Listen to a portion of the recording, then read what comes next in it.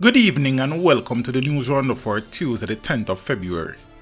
Before we get into the news, please remember to like this video, share your views in the comments, and share the video with your family and friends. Reach them! Always make sure the message reach them! Now for the news in detail. 2 guns were seized in Flankers at St. James today. More from Deputy Superintendent of Police Roderick Reed, Acting Operations Officer for the parish. Deputy Superintendent of Police Roderick Reed, Acting Operations Officer for St. James Division. With me is Assistant Superintendent of Police Javier Nemard of the Specialized Operation Division. So this morning, the police, along with our military counterpart, embarked on an operational activity in the Flanker community. We subsequently seized 2 illegal weapons which we removed from this community, one being a submachine firearm and the other a 9mm pistol. Now this brings to 8 the number of illegal weapons removed from the streets and communities within the St. James Division, and also over 150 assorted ammunition. Now we, the police, want to also remind the public that we will continue our operational activities to remove illegal weapons such as these from the hands of criminals within our streets. And so we continue operational activity, and we also ask and advise the public to bear with us, the police, as we continue to do the operational activities within our communities. 21-year-old CJ Wilson was slapped with 3 murder charges. More from Superintendent Kerry Duncan, Commanding Officer for the Manchester Police Division. My name is Kerry Duncan. I'm a Superintendent of Police and I'm the Commanding Officer for the Manchester Division. So today we officially charged Mr. CJ Wilson, OC CJ, a 21 years old businessman of Old England district in the parish of Manchester, for 3 counts of murder.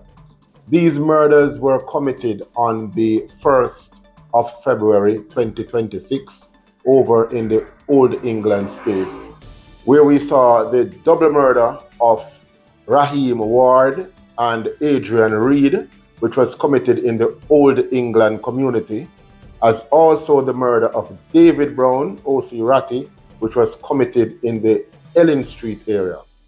This, I'll say, is testament of the quality of work being done by the Manchester Police as it relates to solving major crimes within the space.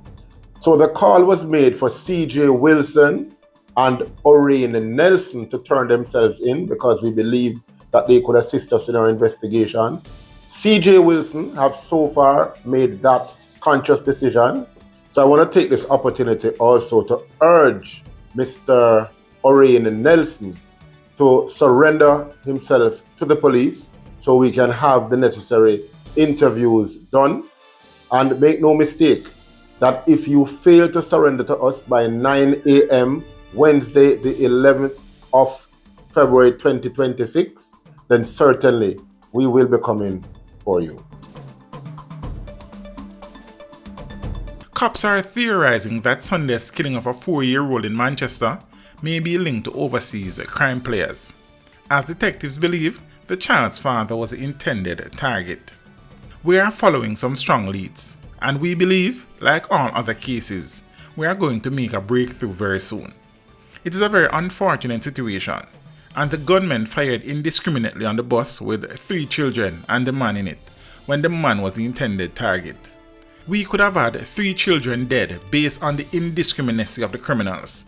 We have it that there's an international connection to it with some overseas players, a highly placed police source said. 4-year-old Sanya O'Brien, otherwise called Summer, was killed when gunmen ambushed a black Toyota Voxy in Land Settlement, opening fire on the vehicle about 4:20 p.m. Both Sanya and her father were rushed to hospital where she was pronounced dead on arrival. Her father remains admitted in serious condition. Detectives have yet to establish the motive following Monday night's double murder of a mother and her daughter, as well as the wounding of a man in a gun attack at a bar in Rocky Point, Clarendon. Police named the murder victims as fish vendor 61-year-old Norma Spence and 41-year-old Kerryon Scott. Reports are that about 8:45 p.m., the woman and man were at a bar in Rocky Point when 3 gunmen pounced and opened fire, hitting them. The gunmen then reportedly escaped on foot. The injured people were taken to hospital, where Spence and Scott were pronounced dead on arrival, and the man admitted for treatment. A cloud of doom hangs over the parish of St. Mary following Monday night's killing of a man known for his work as a taxi operator and a party promoter. The deceased has been identified as 32-year-old Kemoy Findley, otherwise called Turbo or Walking Bank of Highgate in St. Mary. Reports are that about 9:30 p.m., a resident alerted the police about the body of a male lying along the roadway. The police responded, and on their arrival, Finley was found lying face down, suffering from what appeared to be gunshot wounds. He was assisted to the Anatomy Hospital, where he was pronounced dead. Police sources said that it is believed Finley was killed by persons posing as passengers, as his motor vehicle was reportedly stolen from him. It was later found abandoned along the Anatomy Main Road, also in the parish.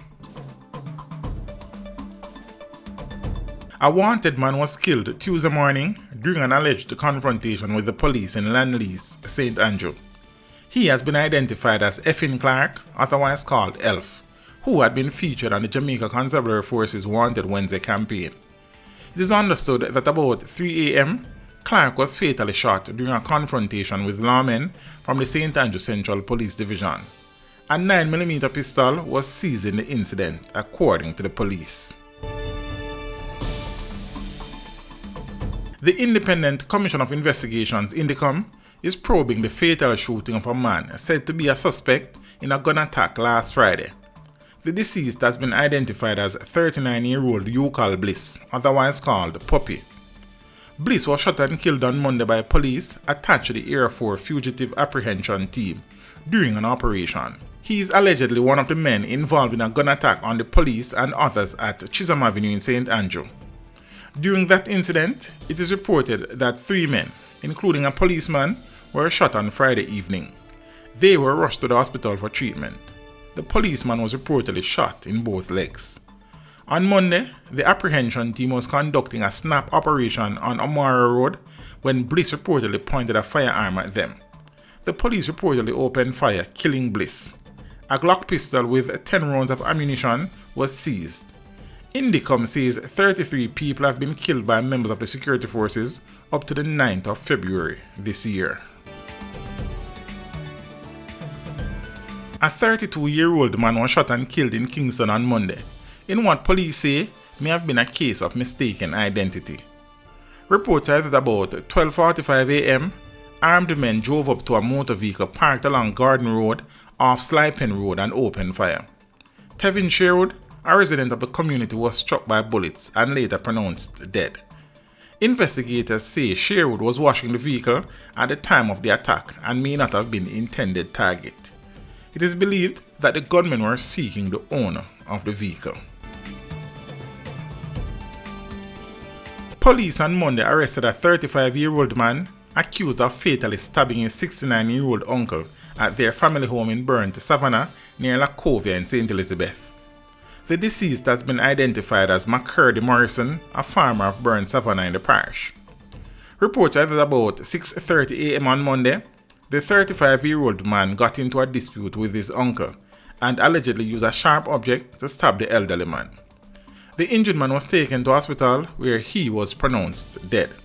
Subsequently, police went in search of the suspect and detained him. The St. Mary police have apprehended a man who was wanted in connection with murder committed in St. Elizabeth. He has been identified as 44-year-old Damian Salmon, otherwise called Dave, a farmer of Hodgesland, Black River in St. Elizabeth.